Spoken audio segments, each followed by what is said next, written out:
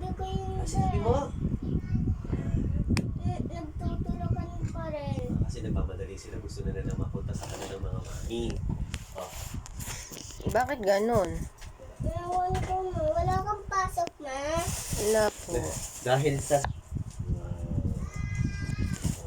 Ano unang gagawin? Ano mo na ginawa sa school? Ano unang gagawin? Yes. Saka, ano mo na sasabit yung bag. Very good ah. Bagal mo. Sige lang.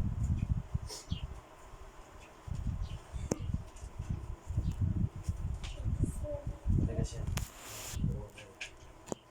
Pagka tinanggal ang medya, wag mo tatanggalin ang Sapatos. tatanggalin ha. Tapos, susunod. Huwag mo lang iaalisin. Opo. Galit. Ano na lang na aalisin ko konti pero hindi ko alisin. Oh.